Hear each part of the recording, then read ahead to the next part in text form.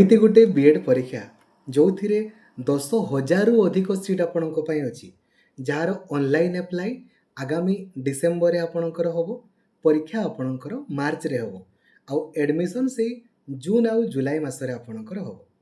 ତ ଯଦି ଆପଣ 2027ରେ ସୁନିଶ୍ଚିତ ବିଏଡ୍ କ୍ୱାଲିଫାଇ କରିବା ପାଇଁ ଚାହୁଁଛନ୍ତି, CUET ବିଏଡ୍ ବା ସେଣ୍ଟ୍ରାଲ ୟୁନିଭର୍ସିଟି ଆପଣଙ୍କର ବିଏଡ୍, ଏହି ଭିଡ଼ିଓକୁ ଟିକେ ଭଲ ଭାବରେ ଆପଣ ଦେଖିଦେବେ ଆଉ ସବୁ ସାଙ୍ଗମାନଙ୍କୁ ବି ଆପଣ ସେୟାର କରିକି ଜଣାଇଦେବେ ଯେଉଁମାନେ ବି ଆପଣଙ୍କର 2027ରେ ବିଏଡ୍ ପରୀକ୍ଷା ଆପଣଙ୍କର ଦେବେ।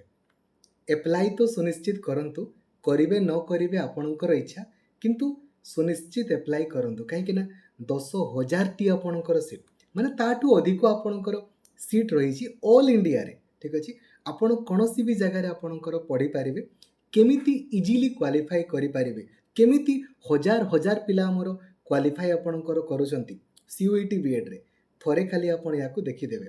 ଠିକ୍ ଅଛି, କମ୍ପ୍ଲିଟ୍ ଦେଖିବେ ଆଉ ସାଙ୍ଗମାନଙ୍କୁ ଯେମିତି ସେୟାର କରିଦେବେ। ନମ୍ବର 1 ଆପଣଙ୍କର ଜିନିଷ, ଏଥିରେ ମୁଁ ଆପଣଙ୍କର କିଛି ପାର୍ଟ କରିକି ଆପଣଙ୍କୁ ଜଣାଇବି। ପ୍ରଥମେ CUET ବିଏଡ୍ କହିଲେ କ'ଣ ଟିକେ ବୁଝନ୍ତୁ। ନମ୍ବର 1, CUET ବିଏଡ୍ ମାନେ ଭାରତରେ ଯେତିକି ବି ଆପଣଙ୍କର ସେଣ୍ଟ୍ରାଲ ୟୁନିଭର୍ସିଟି ଆପଣଙ୍କର ଅଛି, ଯେମିତି କୋରାପୁଟ ଆପଣଙ୍କର ହେଇଗଲା, ଝାଡ଼ଖଣ୍ଡ ଆପଣଙ୍କର, ହରିୟାଣା, କର୍ଣ୍ଣାଟକ, କିମ୍ବା ଆପଣଙ୍କର ଦିଲ୍ଲୀ ୟୁନିଭର୍ସିଟି ଆପଣଙ୍କର ହେଇଗଲା, BHU ହେଇଗଲା, ଗୁରୁ ଘାସିଦାସ ବିଶ୍ୱବିଦ୍ୟାଳୟ ଆପଣଙ୍କର ହେଇଗଲା ଯେଉଁ ଛତିଶଗଡ଼ର, କିମ୍ବା ଆପଣଙ୍କର ସେଣ୍ଟ୍ରାଲ ୟୁନିଭର୍ସିଟି ଅଫ୍ କାଶ୍ମୀର ହେଇଗଲା, ମାନେ ଯେତିକି ବି ଭଲ ଭଲ university, top most university west ବେଙ୍ଗଲର ଆପଣଙ୍କର ହେଇଗଲା, ଯଦି ଆପଣ ଏଇସବୁ ୟୁନିଭର୍ସିଟି ମାନଙ୍କରେ ବିଏଡ୍ ପଢ଼ିବା ପାଇଁ ଚାହୁଁଛନ୍ତି ନା, ତ ତା ପାଇଁ ଗୋଟେ ପରୀକ୍ଷା ହୁଏ CUET ବିଏଡ୍। ଠିକ୍ ଅଛି, ଯାହାର ଅନଲାଇନ୍ ଆପ୍ଲାଏ ଡିସେମ୍ବର ମାସରେ ହୁଏ ଏବଂ ପରୀକ୍ଷା ମାର୍ଚ୍ଚ ମାସରେ ଆପଣଙ୍କର ହୁଏ, ଯାହାକୁ ଆପଣଙ୍କର NTA କଣ୍ଡକ୍ଟ ଆପଣଙ୍କର କରେଇଥାଏ। ଠିକ୍ ଅଛି, ଏବଂ ଏଥିରେ ସମସ୍ତଙ୍କର ସିଲାବସ୍ ସମାନ, ଆର୍ଟ୍ସ ପିଲାଙ୍କର ଯାହା, ସାଇନ୍ସ ପିଲାଙ୍କର ତାହା, କମର୍ସ ପିଲାଙ୍କର ବି ଆପଣଙ୍କର ତାହା ସେମ୍ ସିଲାବସ୍। ଆଉ ଆପଣ ଜାଣିକି ଏହା ଖୁସି ହେବେ ଯେ ଏଥିରେ ବହୁତ ଅଳ୍ପ ମାର୍କ ରଖିକି ଆପଣ କ୍ୱାଲିଫାଇ ହେଇପାରିବେ, କିନ୍ତୁ ତା ପୂର୍ବରୁ ଟିକେ ମନେ ରଖନ୍ତୁ କେମିତି ଡିସ୍କ୍ୱାଲିଫାଇ ହେବେ, ତାହା ବି ଟିକେ ଶୁଣି ରଖନ୍ତୁ। ହେଲା, ଯଦି ଆପଣ ସବୁ କ୍ୱେଶ୍ଚିନ୍ସ କରିକି ଆସିବେ, ପ୍ରଥମ ଜିନିଷ ଏଥିରେ 75ଟି ଆପଣଙ୍କର ପ୍ରଶ୍ନ ପଡ଼େ, ଗୋଟେ ଠିକ୍ କଲେ 4 ମାର୍କ ମିଳିବ, ଗୋଟେ ଭୁଲ କଲେ ଗୋଟେ ମାର୍କ ଆପଣଙ୍କର କଟିଯିବ। ଠିକ୍ ଅଛି, ତ ପ୍ରଥମ ଜିନିଷ ଯେ ନେଗେଟିଭ୍ ମାର୍କିଂ ଆପଣଙ୍କର ଅଛି, କିଛି ନିଡ୍ ନାହିଁ ସବୁ କ୍ୱେଶ୍ଚିନ୍ ଆପଣଙ୍କର କରିବାର। 75ଟା ପ୍ରଶ୍ନରୁ ଯଦି ଆପଣ 40ଟା ପ୍ରଶ୍ନ, ମାନେ ମୁଁ କହୁଛି ମାନେ ପୁରା ଏଇଟା ଟପ୍ ମୋଷ୍ଟ ହେଲା, ମାନେ ST SC OBC ଜେନେରାଲ ସିଆଡ଼କୁ ମୁଁ ଯାଉନି। ହେଲା, 75ଟା ପ୍ରଶ୍ନରୁ ଯଦି ଆପଣ 40ଟା ଖାଲି ଠିକ୍ କରିକି ଆସିବେ, ମାନେ 160 ଯଦି ଆପଣ ରଖିଦେଉଛନ୍ତି, ଏହି ଭିଡ଼ିଓକୁ ଦେଖିଲା ପରେ 200ରୁ ଅଧିକ ସ୍କୋର ଆପଣଙ୍କ ରହିବ। ଆପଣଙ୍କୁ ପ୍ରୁଫ୍ ଦରକାର, ଭିଡ଼ିଓକୁ ପଜ୍ କରନ୍ତୁ, ଭିଡ଼ିଓର ଡେସ୍କ୍ରିପସନରେ ଦେଖନ୍ତୁ 2026ରେ ଯାହା କ୍ୱେଶ୍ଚିନ୍ ପଡ଼ିଥିଲା ମୁଁ ଲାଇଭ୍ ଆପଣଙ୍କୁ ଦେଖେଇଛି ଯେ କେମିତି ସବୁ କ୍ୱେଶ୍ଚିନ୍କୁ ଦେଖୁ ଦେଖୁ କରିହେବ। ଭିଡ଼ିଓକୁ ପୁଣି ପଜ୍ କରନ୍ତୁ, 2025ରେ ଯାହା ପ୍ରଶ୍ନ ପଡ଼ିଥିଲା ତାକୁ ଆପଣ ଦେଖନ୍ତୁ କେମିତି ସବୁ କ୍ୱେଶ୍ଚିନ୍ ଦେଖୁ ଦେଖୁ କରିପାରିବେ। ପୁଣି ଆଉ ଥରେ ପଜ୍ କରନ୍ତୁ, 2024ରେ ଯାହା ବି ପ୍ରଶ୍ନ ପଡ଼ିଥିଲା କେମିତି କ୍ୱେଶ୍ଚିନ୍କୁ ଦେଖୁ ଦେଖୁ କରିହେବ ଦେଖିନିଅନ୍ତୁ।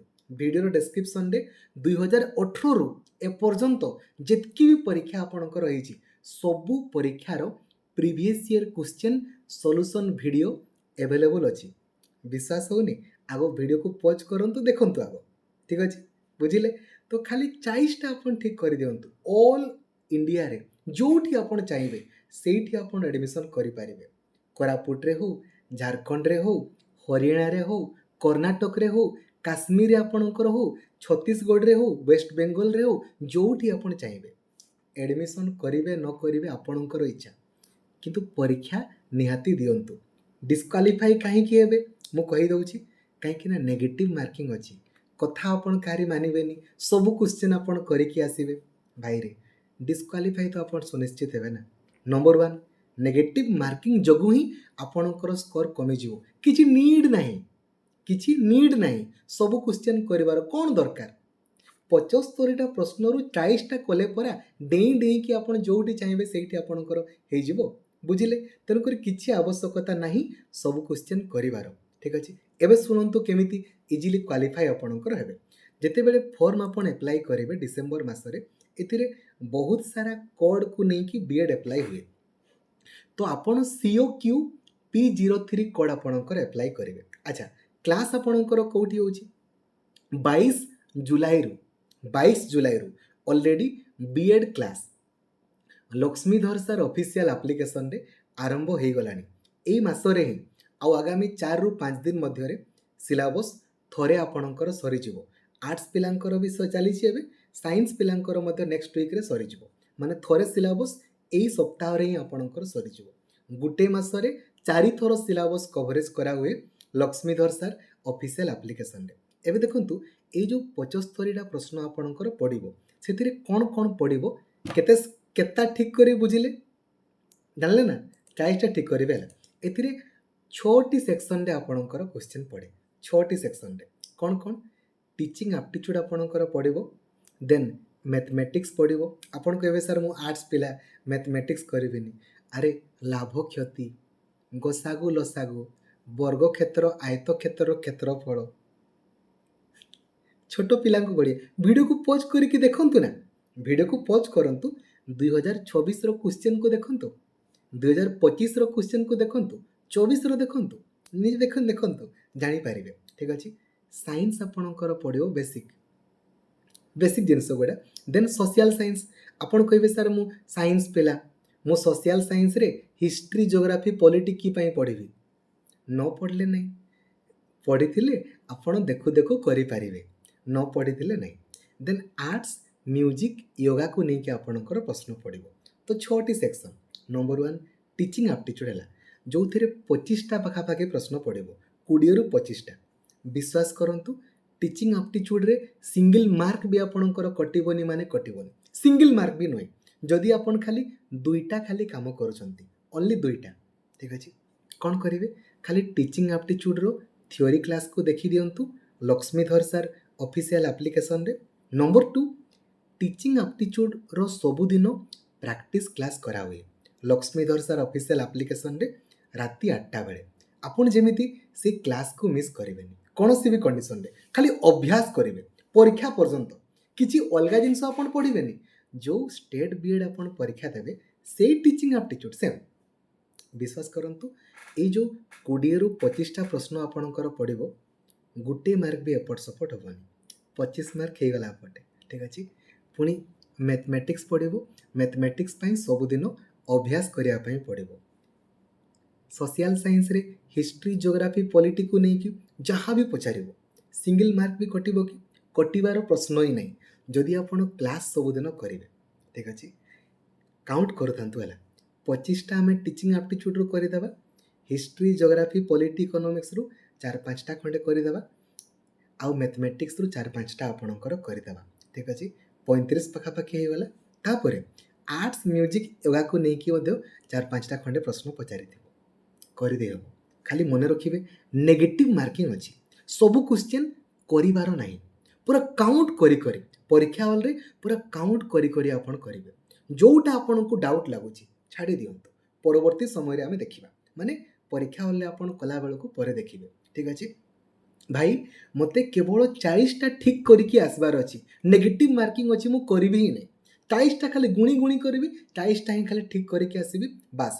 ଡେଇଁକି ଆପଣ ଯେଉଁଠି ଚାହିଁବେ, ଯେଉଁ ୟୁନିଭର୍ସିଟି ଚାହିଁବେ, କୋରାପୁଟ, ଝାଡ଼ଖଣ୍ଡ, କର୍ଣ୍ଣାଟକ, ହରିୟାଣା, କାଶ୍ମୀର, ଏଇ ଯେଉଁ ଆପଣଙ୍କର ଛତିଶଗଡ଼, ଯେଉଁଠି ଚାହିଁବେ ସେଇଠି ଆପଣଙ୍କର ହେଇଯିବ। ଏଇଟା ପଡ଼ୁଛି, ଖାଲି କାଉଣ୍ଟ କରି ନେଗେଟିଭ୍ ମାର୍କିଂ ଯୋଗୁଁ ହିଁ ଆପଣ ଡିସ୍କ୍ୱାଲିଫାଇ ହୁଅନ୍ତି। ନମ୍ବର 1। ନମ୍ବର 2, ଆପଣଙ୍କ ପାଖରେ ପ୍ରିପାରେସନ୍ର କମି ରହିଥାଏ। ତେଣୁକରି ଆପଣ କହିବେ ମୁଁ ସାଇନ୍ସ ପିଲା ସାର୍, ମୁଁ କି ପାଇଁ ହିଷ୍ଟ୍ରି ଜୋଗ୍ରାଫି ପଲିଟି କରିବି? କରିଥିଲେ CUET ବିଏଡ଼୍ରେ ଆପଣଙ୍କର କାମରେ ଦେବ। ଆପଣ କହିବେ ସାର୍ ମୁଁ ଆର୍ଟ୍ସ ପିଲା, ମୁଁ ମ୍ୟାଥମେଟିକ୍ସ କି ପାଇଁ କରିବି? ଆର୍ଟ୍ସ ପିଲା ମ୍ୟାଥମେଟିକ୍ସ ପ୍ରାକ୍ଟିସ୍ କଲେ, କାହିଁକିନା CUET ବିଏଡ଼୍ରେ ତ ପଢ଼ିବ ନା। ଆପଣ କହିବେ ସାର୍ ମୁଁ ପରୀକ୍ଷା ହିଁ ଦେବିନି, ପରୀକ୍ଷା ନ ଦେବେ ହେଲେ ନାହିଁ, ସେଥିରେ ଆଉ କ'ଣ ମୁଁ ଜବରଦସ୍ତି କରିବି କି? ଆପଣଙ୍କର ଇଚ୍ଛା। ଦେଇଥିଲେ ବହୁତ ଆପଣଙ୍କ ପାଖରେ ଅପରଚ୍ୟୁନିଟିଜ୍ ଥିବ ଯେ କୌଣସି ନା କୌଣସି ଜାଗାରେ ମୁଁ ଆପଣଙ୍କର ବିଏଡ଼୍ କରିପାରିବି ବୋଲି। ଆଉ ଯଦି ଆପଣ ପରୀକ୍ଷା ହିଁ ଦେବେନି ଦେନ୍ ତ କିଛି କରିହେବନି। ବୁଝା ପଡ଼ୁଛି? ତେଣୁ କରିକି एबेठारु आपण पढ़ा आरंभ करंतु डिसेम्बर आपण एप्लाई करिवे एवं परीक्षा मार्च मासरे आपणकर हबो ठीक अछि बुझिगले नेगेटिव मार्किंग अछि रे 75 टा प्रश्न पड़िबो ठीक अछि गुटे ठीक कले 4 मार्क गुटे भूल कले गुटे मार्क आपणकर कटि जिवो किछि नीड नाही सब क्वेश्चन करिवार पूरा काउंट करी करी करिवे टीचिंग एप्टीट्यूड आपण करिदेबे सोशल साइंस करिदेबे आउ जो साइंस पई तोरे क्लास सबुदिन करा हुए मैथमेटिक्स रो मध्ये आपण करि दे पारे बेसिक जिंस गुडा जे गोसागु लसागु लाभ क्षति आपणकर simple interest compound interest time and distance आपणकर एगुडा ठीक अछि बुझिले 25 टा हमें टीचिंग एप्टीट्यूड रो करि देबा सोशल साइंस रो 4-5 टा मैथमेटिक्स रो 4-5 टा किबा आर्ट्स म्यूजिक योगा रो 4-5 टा एमिति आउ से जो बही को नै कि इंस्टीट्यूशन को नै कि अवार्ड को नै कि किछि प्रश्न पचारिबो सेगुडा किछि दरकार नै कोन पई करे बेकार निजर स्कोर कमबा पई जदि करि हला तो भलो नले किछि दरकार नै ठीक अछि सांग मानको शेयर कर देबे एते एते सीट आपणकर अछि एते भलो भलो यूनिवर्सिटी रे पढिबार सुजोग अछि काहे कि आपण हाथ छडा करिया पई चाहउछंती ठीक अछि पढ़ा एबेठु आरंभ करंतु लक्ष्मीधर सर ऑफिशियल एप्लीकेशन रे क्लास आपणको पई करा हुए जदि पढ़िया पई चाहउछंती पढ़ी पारिबे ठीक अछि थैंक यू जय जगन्नाथ धन्यवाद थैंक यू